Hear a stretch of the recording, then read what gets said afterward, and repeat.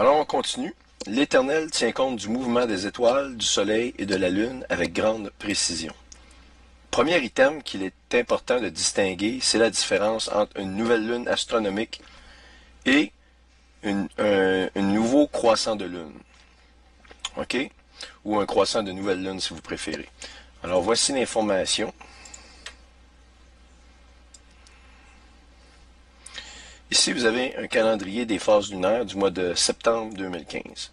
Vous voyez ici, la fête des trompettes avait été proclamée pour le 13 septembre. Vous voyez, la lune est complètement noire sans aucune phase visible de nouvelle phase. À droite, ici, il n'y a aucun croissant de lumière. Elle est complètement noire. Alors, vous comprendrez que il s'agit d'une nouvelle lune astronomique. C'est la nouvelle lune parfaite avec 0% d'illumination, de luminosité sur sa surface visible. Par contre, si on regarde au 14, il y a un petit croissant à droite et, idéalement ou normalement, la nouvelle fête, si vous voulez, ou la fête des trompettes, doit être proclamée à la visibilité de ce premier croissant de lune-là, annonçant la nouvelle lune. On parle ici d'une nouvelle lune religieuse, si je peux appeler, ou une nouvelle lune pour annoncer les fêtes. Et c'est celle-ci qui est décrite dans la Bible et non pas celle-ci.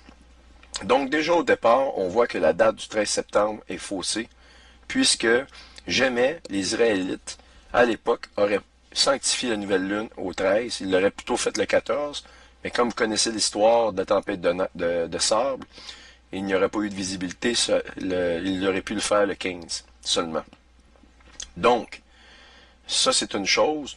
Si on va voir ici au mois d'octobre, maintenant, voyez-vous, mois d'octobre, encore le 13, et le 14 serait la sanctification de la nouvelle lune. Mais on a ici la différence entre une nouvelle lune religieuse ou sanctifiée versus une nouvelle lune astronomique qui est complètement noire. Donc voici, ça c'est la différence entre les deux. Maintenant, une des manières de savoir que le Seigneur utilise le mouvement des étoiles et des astres et des phases lunaires comme d'une façon très précise de nous dire, comme par l'utilisation d'une horloge ou d'une montre, si vous voulez, où nous sommes rendus dans l'échelle de l'humanité, eh bien, une des façons de le voir, en plus de l'utilisation des croissants de lune et des cycles lunaires, c'est la précession du soleil. Qu'est-ce que c'est la précession du soleil? Eh bien, la précession du soleil, c'est toujours basé sur l'équinoxe de printemps. L'équinoxe de printemps, on va y aller, se produit au mois de mars, le 22. Vous savez, ceux qui connaissent les Skulls and Bones, 322, eh bien, vous avez le chiffre ici. Ça a une signification directe, mais ça pourrait être le sujet d'une autre vidéo. Mais ce n'est pas le sujet qu'on est actuellement. Donc, si on retourne environ à la naissance de Christ, on va mettre l'année 0, eh bien, vous voyez le soleil ici. Si je vois dans le passé, je rentre, mettons, au moins 2000 ans, vous allez voir que le soleil, toujours au même moment de l'année, le 22 mars, se retrouve dans le bélier. Ici, et si je vois 4000 ans ou 5000 ans dans le passé, je donne un exemple, il est dans le taureau. Donc le soleil, au même moment de l'année, semble être à un endroit différent lorsqu'on regarde dans le ciel, dans l'arrière-plan. Ici, on était dans l'ère du taureau 5000 ans avant. Il y a 2000 ans avant Jésus-Christ, on était dans l'ère du bélier. À la naissance de Christ, on était dans l'ère du poisson. Le Seigneur, c'est lui qui a parti l'Église, et le poisson est le symbole de l'Église, parce qu'il nous est dit dans la Bible que nous sommes comme toutes sortes d'espèces de poissons pris dans la mer au filet, et que ce qui est bon est gardé dans le filet, et ce qui est mauvais est rejeté à la mer. Donc, voyez-vous, vous avez la délimitation ici du poisson, on est en plein dedans. Voyez-vous, le soleil ici, là, rentre dans l'ère du poisson. Donc, le Seigneur est rentré dans l'ère du poisson et il a parlé du poisson comme étant la fondation de l'Église. Et si on regarde, il nous parle qu'il va, éventuellement, à son retour, nous allons être dans l'ère du Verseau. Et ça, nous le voyons dans l'épître de Luc. Alors, on voit ça ici. Bon, ça c'est dans Matthieu chapitre 13, verset 47. Le royaume des cieux est encore semblable à un filet jeté à la mer et ramassant des poissons de toute espèce. Quand il est rempli, les pêcheurs le tirent et après est assis sur le rivage, ils mettent dans un vase ce qui est bon et jettent ce qui est mauvais. Il en sera de même à la fin du monde. OK? À la fin des temps, les anges viendront séparer les méchants d'avec les justes et ils les jetteront dans la fournaise ardente où il y aura des pleurs et des grincements dedans. Alors, ici, voyez-vous, vraiment, on compare, et c'est de là que le symbole du poisson pour la chrétienté est né. Et ici, dans Marc 14, le verset 13, on voit, OK, là, le premier jour des pains sans levain, où l'on immolait la Pâque, les disciples et Jésus lui dirent, « Où veux-tu que nous allions te préparer la Pâque? » Et il envoya 2 de ses disciples et leur dit, « Allez à la ville, vous rencontrerez un homme portant une cruche d'eau. » Alors, voyez-vous, l'homme qui porte la cruche d'eau, nous sommes, à ce moment-là, la naissance de Jésus, nous sommes environ, nous recommençons le poisson, ils fondent l'Église avec le symbole du poisson. Nous sommes, mettons, en 2015. Nous allons en 2015. On est en train de sortir de l'ère du poisson et on est à l'aube de l'âge du Verseau. Et si on regarde à la fin du millénium, environ, je vais rentrer 3000 ans, on commence à rentrer dans le Verseau à la fin du millénium. Je dirais, mettons, 3015, 3020 là, à peu près. Là. On rentre vraiment dans l'ère du Verseau. Et donc, il nous parle de l'ère du Verseau comme de l'ère de son retour, dans lequel lui va dominer. Il dit, suivez-le, et quelque part où il entre, dites au maître de la maison. Le maître dit, où est le lieu où je mangerai la Pâque avec mes disciples? Et il vous montrera une grande chambre haute. Pourquoi la chambre haute? C'est un symbole. Ça symbolise le royaume des cieux, le ciel, le très haut des cieux, si vous voulez, le ciel le plus haut. Vous avez le ciel visible, les oiseaux, les nuages. Vous avez le ciel cosmique, qui est l'espace, les étoiles. Et vous avez le royaume des cieux, qui est un troisième ciel au-dessus, qui se fait appeler aussi la chambre haute. Alors, meublée et toute prête, ben oui, le Seigneur nous dit qu'il y a plusieurs demeures dans la maison de son Père. Il n'y en a pas une, il y en a plusieurs. Et c'est là que vous nous préparerez la Pâque. Les disciples partirent, arrivèrent à la ville et trouvèrent les choses comme il leur avait dit et ils préparèrent la Pâque. Ici, c'est pour vous remettre dans le contexte que le Seigneur, juste avant la crucifixion, a senti de l'angoisse. Je ne vais pas vous montrer les versets, mais vous les avez vus. Il a senti toutes ces émotions-là. Et il est clair que la Pâque il y a une relation entre la crucifixion et son retour, dans l'émotion qu'il a vécue, mais aussi où on voit où il nous pointe sur l'ère du Verseau. Nous sommes à l'aube de l'ère du Verseau actuellement. Donc, vous voyez, la Bible tient même compte, dans la parole, de la précession du soleil. Alors, ça, c'est le deuxième point que je voulais vous parler. Alors, si le Seigneur tient compte de la précession du soleil, s'il tient compte de la précision du mouvement des phases de la Lune, eh bien, il faut voir qu'il va s'occuper, il va vraiment tenir en compte les équinoxes de printemps et d'automne et les solstices d'été et d'hiver. Bon, la plupart du monde, vous savez ce que c'est. Je vous donne quand même une indication technique là-dessus pour être sûr que tout le monde comprenne bien ce qui se passe. Si vous voyez, l'exposition au Soleil, dépendamment de la position de la Terre sur son orbite. Si on regarde, vue du dessus, ici, vous voyez la Terre tourner alentour du Soleil. L'axe ici que vous avez est vraiment à 23,5 degrés. On la voit ici, l'axe de rotation. Mais, dépendamment de la position sur son orbite circulaire, plus ou moins circulaire, mais on va considérer que c'est un cercle parfait, eh bien, le point de septembre, qui est l'équinoxe de septembre, qui est l'équinoxe d'automne, l'équinoxe du printemps, qui est le 22 mars, versus le solstice d'hiver, qui lui est le 21 décembre, et le solstice d'été, qui est le 21 juin, eh bien, qu'est-ce que ça fait ça? C'est qu'ici, lorsque la position, la Terre atteint la position du mois de juin, eh bien, l'exposition au Soleil est plus élevée jusqu'à l'hémisphère nord. Elle est plus répandue plus haut vers l'hémisphère nord, et donc les pays du plus au nord, comme le Canada et les États-Unis, sont dans des périodes de chaleur intense, plus intense, et il en va de même des pays du sud, parce que leur exposition en termes d'heure, directement face au soleil, est supérieure à lorsque la Terre se situe au solstice d'hiver. Le point des équinoxes, qu'est-ce que ça veut dire? C'est que de décembre, à partir du solstice de décembre, du solstice d'hiver, ça annonce l'hiver officiellement.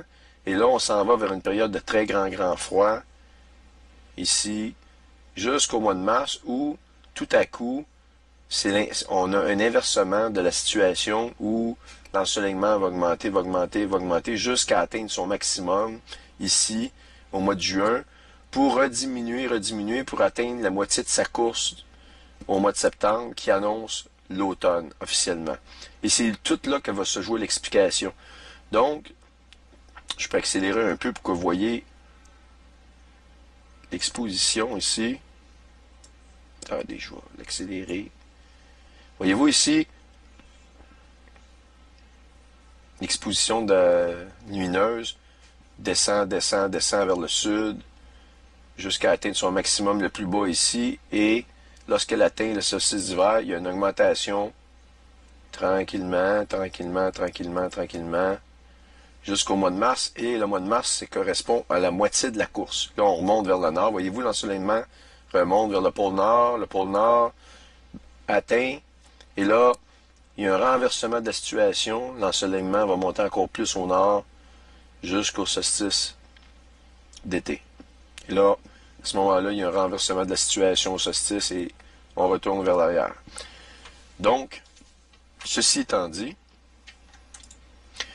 voici 4 images qui vous montrent vraiment la situation comme elle est. Le 21 décembre, au solstice d'hiver, voyez-vous les rayons de lumière du soleil versus au niveau du mois de juin. Vous voyez l'Amérique ici, elle est beaucoup plus au nord. Et donc, même les pays du sud sont quand même chauffés quand même beaucoup. Donc, si vous allez au Mexique, par exemple, en plein été, c'est plus chaud que si vous y allez en plein hiver. Il en va de même pour la majorité des pays, à part certains pays plus au sud. Et vous voyez ici les équinoxes d'automne, de printemps et d'automne. Donc, vous voyez l'ensoleillement ici est différent comme tel. Donc, on va rentrer dans le calendrier caché maintenant. Juste avant de procéder, voici dans Nombre 10-10, qu'est-ce qu'on nous dit? On nous dit dans vos jours de joie, dans vos fêtes et à vos nouvelles lunes. OK? Alors, vous sonnerez des trompettes en offrant vos holocaustes et vos sacrifices d'action de grâce, et elles vous mettront en souvenir devant votre Dieu. Je suis l'Éternel, votre Dieu. Et au verset 8 de Nombre 10, on nous montre que l'application de la proclamation d'une fête se fait aux nouvelles lunes religieuses, c'est-à-dire par l'apparition d'un petit croissant à droite qui correspond environ à 7% d'illumination de la surface totale de la Lune. Alors, on nous dit, les fils d'Aaron, les sacrificateurs, sonneront des trompettes. Cela sera une loi perpétuelle pour vous et vos descendants. Donc, qui doit être faite en continu, d'année en année, et suivie et respectée. C'est une loi perpétuelle qui est demandée, qui correspond aux nouvelles lunes où il sonne de la trompette. Donc, ceci en tête, je vais vous montrer un article qui a été écrit par un eschatologue américain au nom de T.W. Tram le 30 septembre 2015. Alors, vous comprenez ici que le synchronisme des événements, qu'on nous sorte un article comme ça, et cet article-là est basé aussi sur un autre article qui a été écrit par un autre auteur qui s'appelle John D. Kaiser. Et lui a écrit justement un article sur le véritable calendrier de Dieu. Alors, je vais vous donner des détails pourquoi eux croient que le calendrier de Dieu véritable n'est pas respecté. De la même manière que tout à l'heure, je vous ai montré pour les phases de lune. Moon phase. Tout à l'heure, je vous ai montré ici que les Juifs, on va aller au mois de septembre pour vous donner un exemple concret, là. Vous savez qu'ils ont fêté la fête des trompettes le 13, alors que le mot pour nouvelle lune dans la Bible, eh bien, correspond vraiment à un croissant de lune. Et ici, je vais vous en donner la preuve.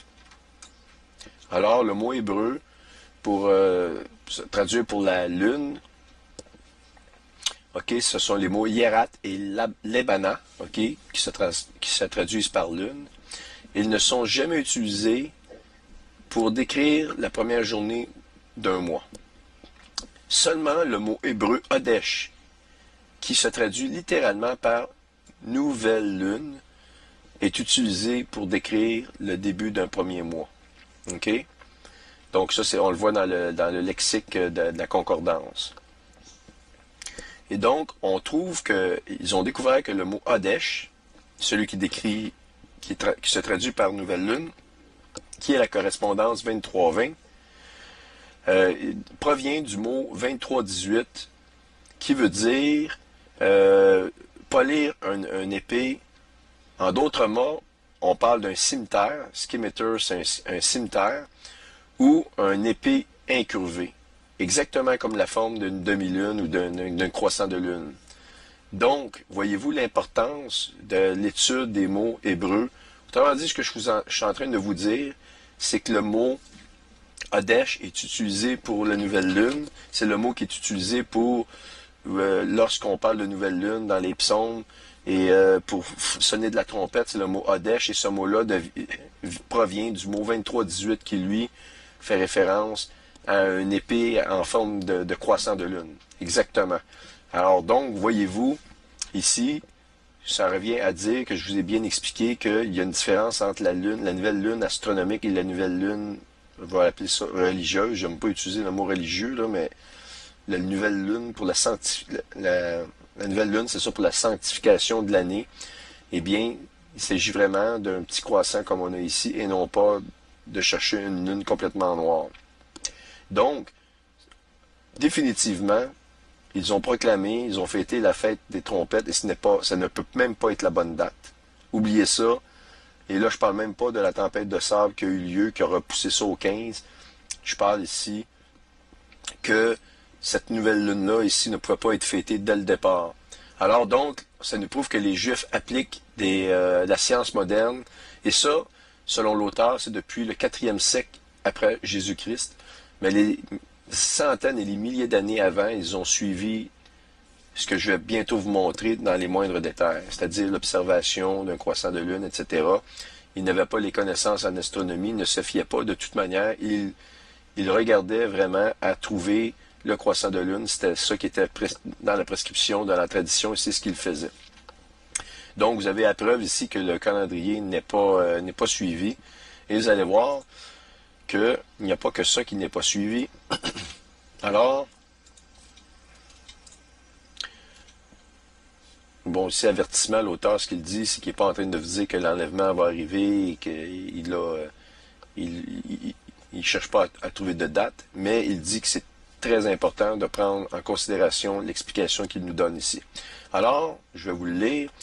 L'un des nombreux noms donnés à la fête des trompettes est le Yom HaKashet, ou le jour caché. Le jour caché.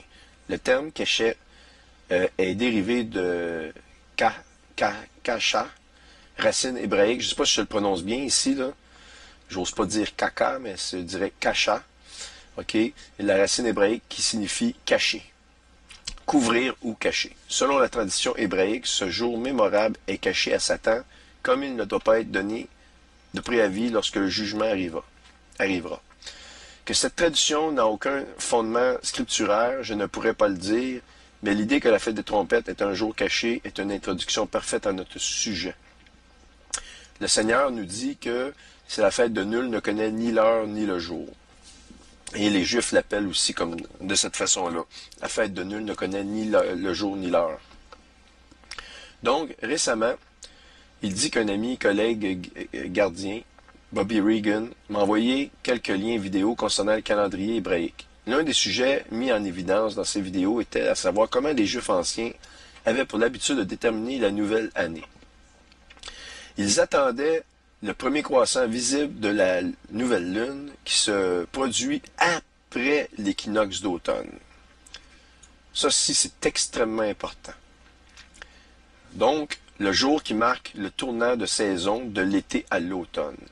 Alors, l'équinoxe d'automne, pour vous le montrer, il est ici, OK? Puis, suivant l'équinoxe d'automne, parce que vous savez qu'il y a les fêtes de printemps, qui incluent la Pâque, la fête des pains sans levain, etc., etc. C'est les fêtes de printemps. Mais il y a aussi les fêtes d'automne, le Yom Kippour, la fête des trompettes, la Sukkot, OK? Si elles se font appeler des fêtes d'automne, eh bien, il est selon l'auteur, il va de soi qu'ils appliquaient d'attendre l'équinoxe automnal, ici qu'on voit, et immédiatement après l'équinoxe automnal, parce que les cycles des saisons sont très précis, et comme je vous ai montré, le Seigneur tient compte de la précession du soleil, il tient compte des cycles lunaires avec une très très grande précision. Et vous savez que Dieu est un Dieu d'ordre, alors c'est clair que pour lui, toutes ces choses-là sont importantes. Alors les saisons doivent l'être de la même manière. Et donc, il dit que pendant des milliers d'années, de toute façon, les Israélites observaient ceci. Après l'équinoxe d'automne, le premier croissant de lune, eh bien, marquait le premier de Tishri. Donc, ça, c'est très, très, très intéressant comme information. Alors, si on revient à la fête des trompettes, qui a été fêtée le 13, eh bien, l'équinoxe d'automne n'est arrivé que le 23, justement, à l'arrivée du pape aux États-Unis. Alors, on commence à comprendre qu'ils n'ont pas utilisé cette date-là pour rien. À l'équinoxe exactement d'automne. Donc, si bien que les Juifs ont fêté le 13 septembre la fête des trompettes, ça devient une fête d'été et non pas une fête d'automne. Alors, il faudra attendre la première nouvelle lune qui va se produire après le cycle lunaire que vous voyez ici du 23 septembre. Eh bien, on va aller le voir. Il n'y en a pas ici. Il faut aller au mois d'octobre pour aller voir. Et on est au mois d'octobre. On y va. Eh bien, ça serait le 14 octobre qui c'est la date finalement du premier, qui annoncerait vraiment le premier de l'année selon la tradition juive. Et ça, c'est très, très, très important. Vous allez voir, on voit qu'il y a des éléments depuis 2 jours qui se produisent. Très grande évolution des choses en Israël, à Jérusalem, sur la violence, et aussi la détérioration des relations russes et américaines au moment où je vous parle. Les Américains devaient envoyer une délégation en Russie pour parler du problème de la Syrie. Ils ont tout cancellé. Il n'y a pratiquement plus de canaux de discussion diplomatiques entre la Russie et les États-Unis. Et c'est l'escalade des tensions au maximum. Et on voit que la Russie, ils font des manœuvres, ils savent exactement ce qu'ils font. Et à ce que je vous ai montré, de l'accomplissement d'Ézéchiel 38-39 dans les moindres détails, on peut supposer qu'on est vraiment proche. Et tout ça pivote alentour de la date du 14. Et regardez bien, au niveau astronomique, qu'est-ce que la date du 14 octobre, et je suis exactement le 14 octobre en vous parlant en ce moment, eh bien, regardez ce qu'elle nous réserve comme surprise. Alors donc, vous voyez que du 13 au 14 va commencer à apparaître un croissant de lune au 14 qui pourrait être sanctifié éventuellement. Si on suit la tradition, eh bien, regardons sur Stellarium. Voyez-vous, ici, nous sommes le 13, et effectivement, la lune complètement noire. Si on se déplace vers le 14, eh bien, nous voyons apparaître ici un croissant de lune. Vous voyez apparaître, là, grossir. Et donc, j'étais à 3,4% d'illumination. Vous voyez ici, la lune se retrouve exactement au pied de la Vierge. Et ce que j'ai trouvé absolument fascinant, c'est que dans l'Apocalypse, chapitre 12, on nous parle de 2 grands signes astronomiques. J'ai fait une démonstration de cela en 2011, du premier grand signe astronomique, et il devait y en avoir un second pour que la prophétie soit accomplie. Le premier grand signe, regardons-le, c'est un signe qui parut dans le ciel, donc ne regardez pas sous vos pieds, vous ne trouverez pas ce signe-là. Il faut regarder dans les cieux. C'est une femme enveloppée du soleil, la lune sous ses pieds, une couronne de 12 étoiles sur sa tête, Elle est enceinte et elle criait, étant dans les travails et dans les douleurs de l'enfantement. Bien, quand on regarde ici, une femme enveloppée du soleil, on a le soleil en plein centre de la Vierge. Non seulement la lune est à ses pieds, mais elle nous annonce un nouveau croissant de lune. Nous sommes au mois d'octobre, donc nous sommes passés les... attendez un instant. Équinoxe.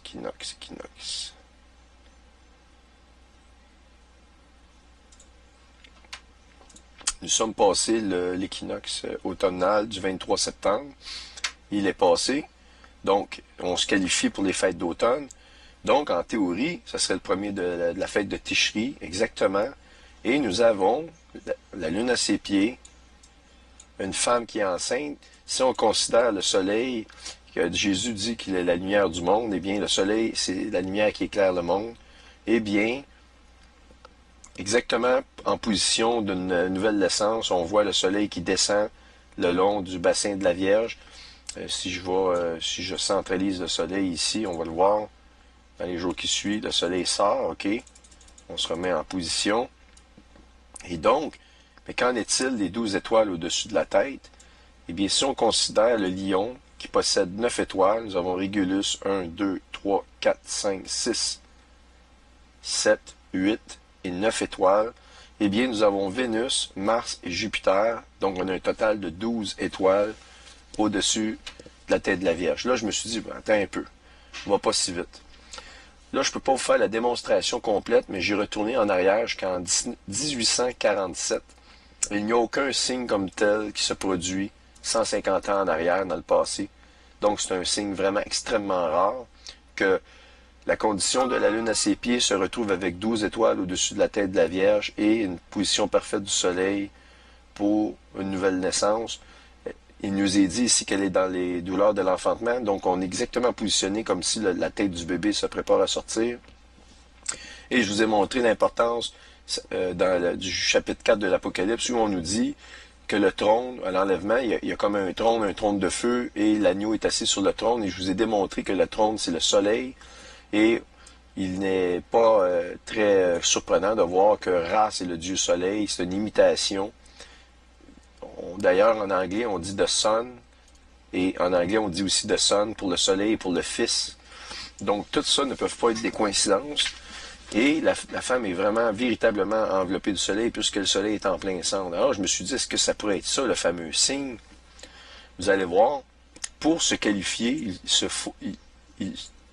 on doit avoir un second signe qui va suivre pas longtemps après. Et ça, je l'ai toujours bien expliqué en 2011, qu'il devait avoir un grand dragon qui serait apparu immédiatement après le premier signe. Et comme ceci n'a pas été fait, il faut trouver le second signe. Et il doit se produire éventuellement ou assez proche du premier signe. Qu'est-ce que le deuxième signe nous dit? C'est un autre signe astronomique. Il est encore dans le ciel. Et voici, c'était un grand dragon rouge ayant 7 têtes et 10 cornes, et sur ses têtes, 7 diadèmes. Ça a une symbolique. Le grand dragon rouge, c'est Satan, mais il y a une symbolique aussi, le nombre de cornes, c'est son empire, les têtes, ce sont des rois les anciens empires, etc. Mais au niveau astronomique, je crois qu'on parle de 7 satellites et de 10 lunes, qui correspondraient aux 10 cornes et les 7 têtes. D'ailleurs, dans les textes de la Colburn, il parle du destructeur qui arrive avec 7 escortes, qui confirmerait exactement ce qu'on a là. Sa queue entraînait le tiers des étoiles du ciel et les jetait sur terre. Le dragon se tint devant la femme. Ça, c'est très important ici.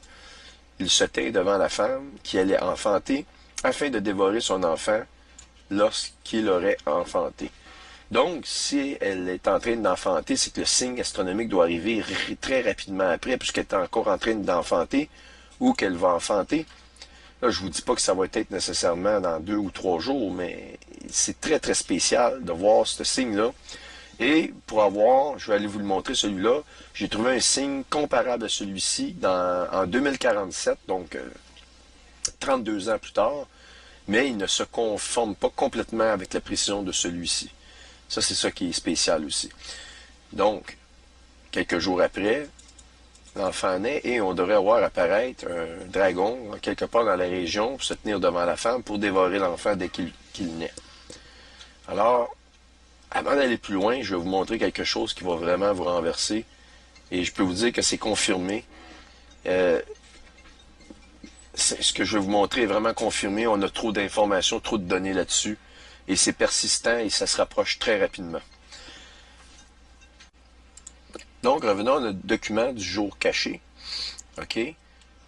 Alors, le fait intéressant, c'est que si on devait suivre la règle de l'équinoxe, aujourd'hui, la fête des trompettes en 2015 sera observée le 14 octobre. Voyez-vous ici, ça confirme ce que je vous ai montré. Cela placerait la fête après l'équinoxe et dans la saison d'automne où, selon Kaiser et d'autres, elle appartient. Il dit même, cet auteur-là, et plusieurs autres disent que c'est inacceptable de fêter comme la fête des trompettes comme les Juifs modernes le font, c'est-à-dire que des fois cette fête-là se retrouve placée l'été, que c'est absolument inacceptable. Maintenant, je vais vous montrer une preuve bientôt que oui, selon la Bible, on a des indications que la règle de l'équinoxe doit être suivie. Ici, pour vous montrer, vous voyez les mois juifs qui sont séparés selon les mois d'été, du printemps, de l'hiver et de l'automne.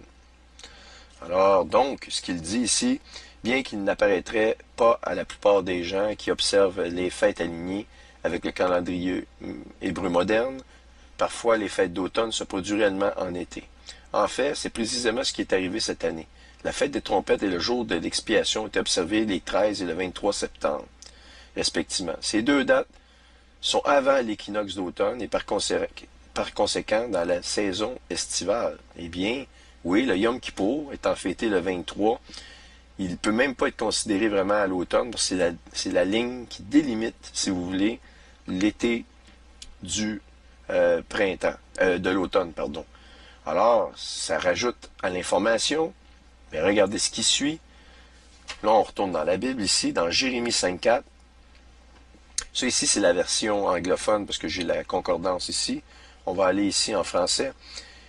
Ils ne disent pas dans leur cœur, craignons l'Éternel, notre Dieu, qui donne la pluie en son temps. OK? La pluie en son temps. Donc, c'est très important. La pluie de la première et de l'arrière-saison. Wow, on nous parle de la pluie de la première et de l'arrière-saison. OK? Et qui nous réserve les semaines destinées à la moisson. Donc, ils ne disent pas dans leur cœur, craignons l'Éternel. Qu'est-ce que ça nous dit? C'est du bois. On ne craint pas l'Éternel, donc on peut faire un peu comme on veut. On va suivre ça, mais à peu près comme on se cassera pas vraiment l'imagination. On va le faire selon nos connaissances. Puis, les fêtes seront passées, au moins on les aura respectées. Alors, voyez-vous, il y a un manque de crainte de l'Éternel. Ils ne le disent pas dans leur cœur, ils ne craignent pas l'Éternel. Et c'est lui, pourtant, qui donne les pluies en son temps. Et, notez bien, de la première et de l'arrière-saison. Ça, c'est dans Jérémie 5.4, c'est pas moi qui le dis. Eh bien, regardons la définition juive de l'arrière-saison et de l'avant-saison. Vous, ici, on va regarder Later Rains, l'arrière-saison, comprend 2 mois. OK? Et ces 2 mois-là, ici,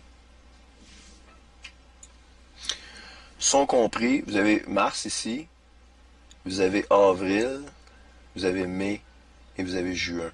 Donc, avril et mai, ce sont les mois de l'arrière-saison. Si vous voulez, les pluies de la première saison vont se retrouver en octobre et novembre. Vous avez une confirmation ici, pas en septembre, il n'y a absolument rien.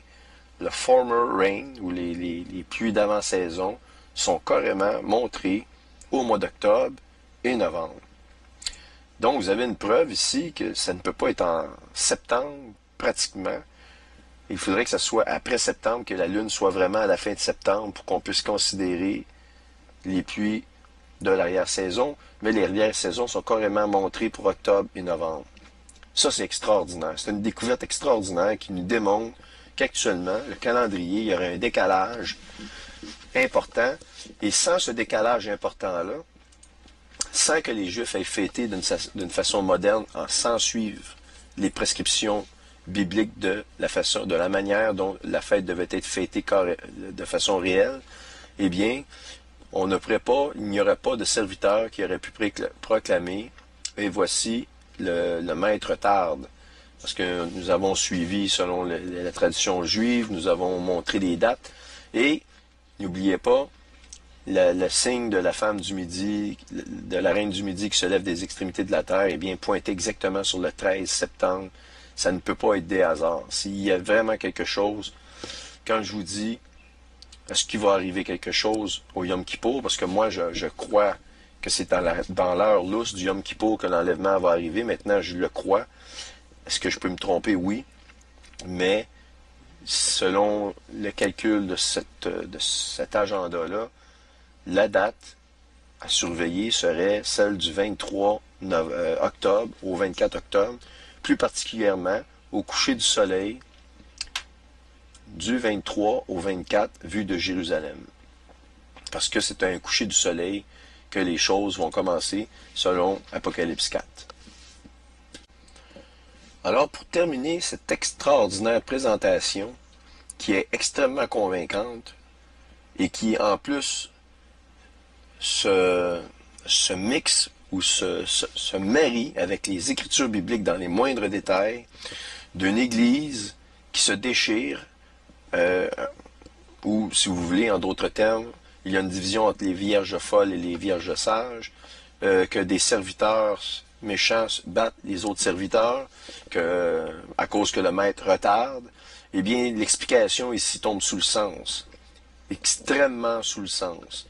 On voit ici d'ailleurs les dernières récoltes, septembre, octobre, novembre. C'est curieux, mais on y trouve le raisin pour faire le vin, le figuier, la pomegranate, c'est quoi déjà? Je cherche le terme, je l'ai en français, je sais quoi, mais j'ai un blanc de mémoire. Ah là, je veux pas perdre de temps là-dessus. Vous savez c'est quoi? L'olive pour faire l'huile. Et ce qui est spécial, c'est que dans le cheval noir de l'Apocalypse, ça nous dit de ne pas toucher ni au vin ni à l'huile. Bien, on voit ici les mois de septembre-octobre sont vraiment impliqués. Mais pour terminer, vraiment cet exposé extraordinaire où on voit vraiment l'accomplissement d'un signe astronomique. Et je vais aller en 2047 justement. Je vous ai dit 2047, il y a un signe qui est comparable. Bien, 2047, c'est 2037, attendez, je vais aller voir 2037. La Lune, est-ce qu'elle est proche? Non, c'est 2047, on va y aller.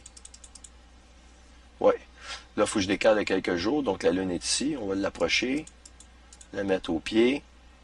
Ah, c'est quelques heures, voilà, on est pas mal au pied. Et voyez-vous ici, on a Uranus, on a Vénus et on a Mars.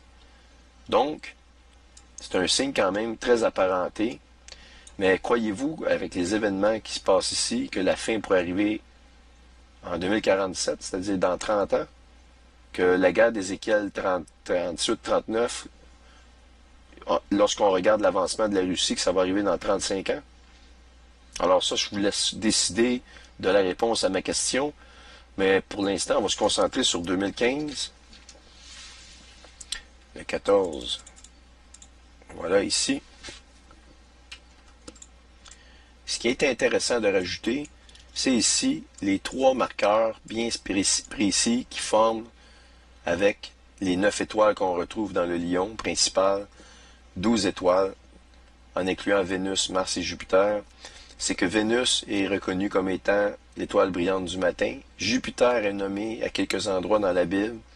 Et les caractéristiques de Jupiter correspondent à Dieu, le Père de Christ, Dieu, le Dieu d'Israël, carrément.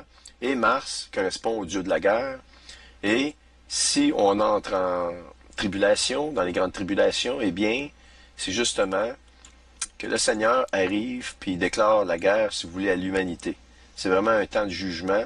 Et les 3 entités ici sont très significatifs par rapport à la prophétie biblique de l'entrée dans les tribulations.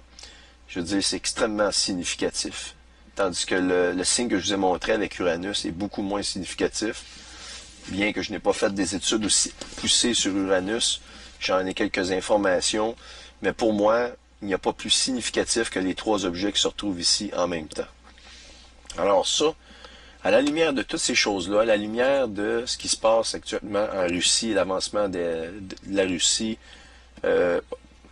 militairement parlant en Syrie, et dernièrement, dans les dernières heures, ils ont encore menacé Israël. La Russie, je vous dis, a menacé Israël de représailles, etc., etc. À la lumière de tout ça, il me reste une grande énigme, grande chose à me répondre.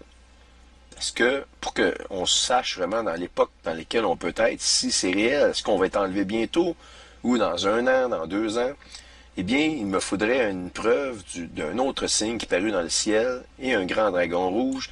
Ce grand dragon rouge-là devait se positionner devant la femme qui allait enfanter. Donc, très prochainement, à partir de cette date-là, on devrait voir apparaître, l'humanité devrait voir apparaître quelque chose se plaçant dans la région du ciel que vous voyez bouger avec mon curseur ici.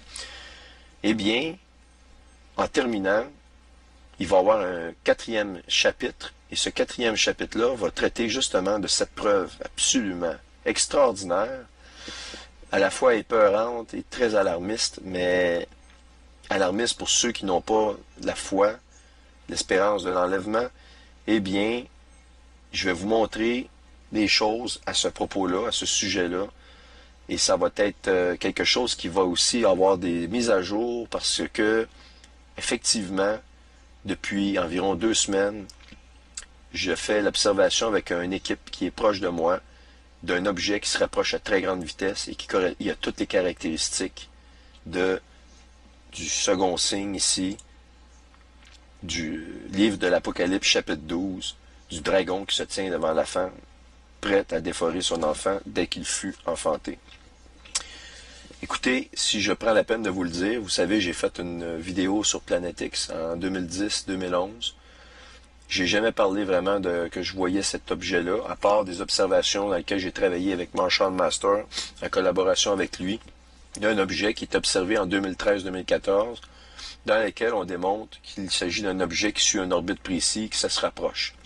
Bref, le problème avec ces photos-là ou ces choses-là, c'est que les gens restent toujours sur leur appétit et ils se disent « Est-ce que j'ai vraiment vu ce que j'ai vu? » Maintenant, le même phénomène s'est produit depuis le 24 septembre, 25 septembre, la journée où le pape a commencé à faire sa messe au One World Trade Center. C'est à partir de là que la surprise, le miracle, appelez ça comme vous voulez, d'une façon absolument extraordinaire, quelqu'un m'a contacté d'une manière absolument impensable pour me demander qu'est-ce que j'en pense. Vous allez voir, et cette personne-là est en train de préparer un témoignage d'ailleurs. Vous allez pouvoir l'entendre. En tout cas, je le souhaite de tout cœur. C'est supposé se faire. Mais j'ai une série de photos. J'ai plusieurs dizaines de photos détaillées que je vais vous parler, que je vais vous montrer et vous commenter. Et il y a effectivement un mini-système solaire qui est très très proche et qui se rapproche très rapidement. Et je me demande, je vais avoir le temps de terminer cette vidéo-là avant que les gens la voient. Je vous le dis, c'est très proche. C'est épeurant, ça correspond à tous les textes anciens. Alors, je crois que nous y sommes. Jamais je vais penser, dans mon ministère, vous pourrez parler de cette planète X-là.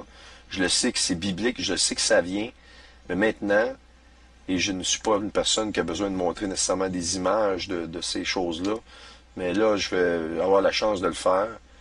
Et très peu d'entre vous connaissez cette situation-là. Il y a des gens proches de moi qui le savent depuis quelques semaines.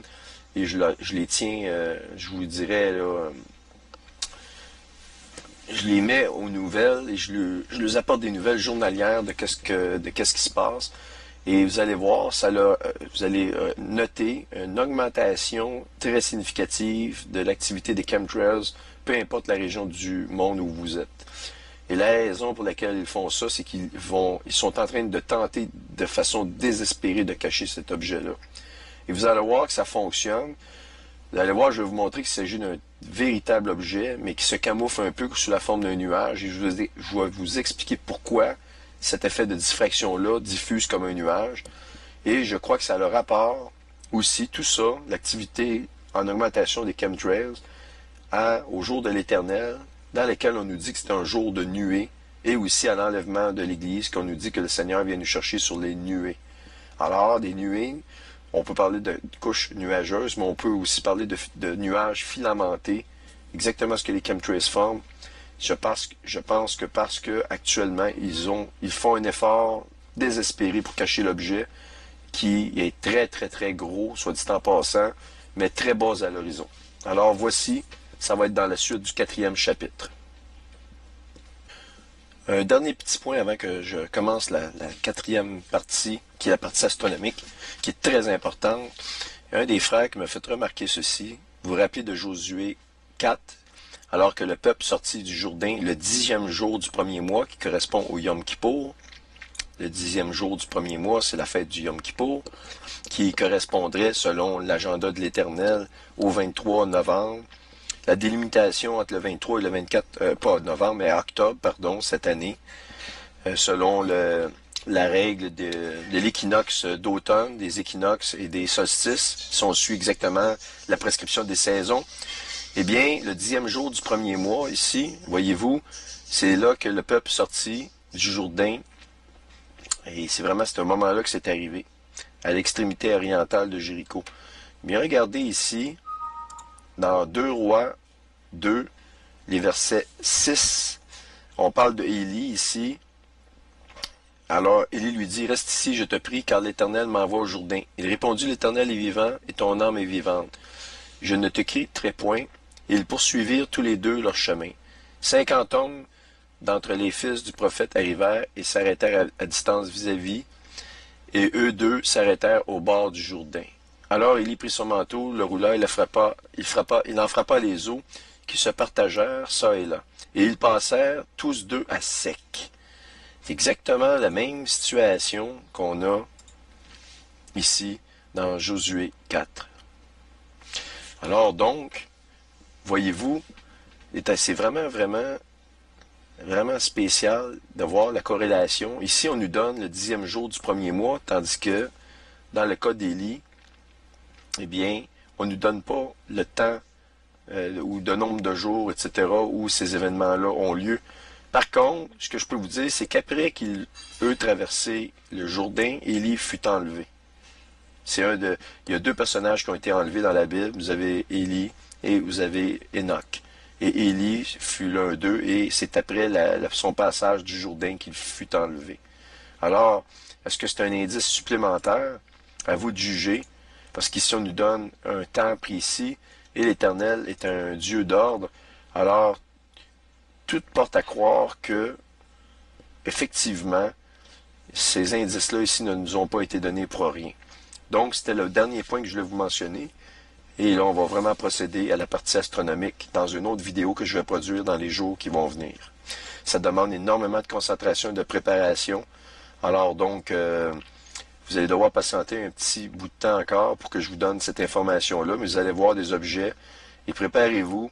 Vous allez être secoués.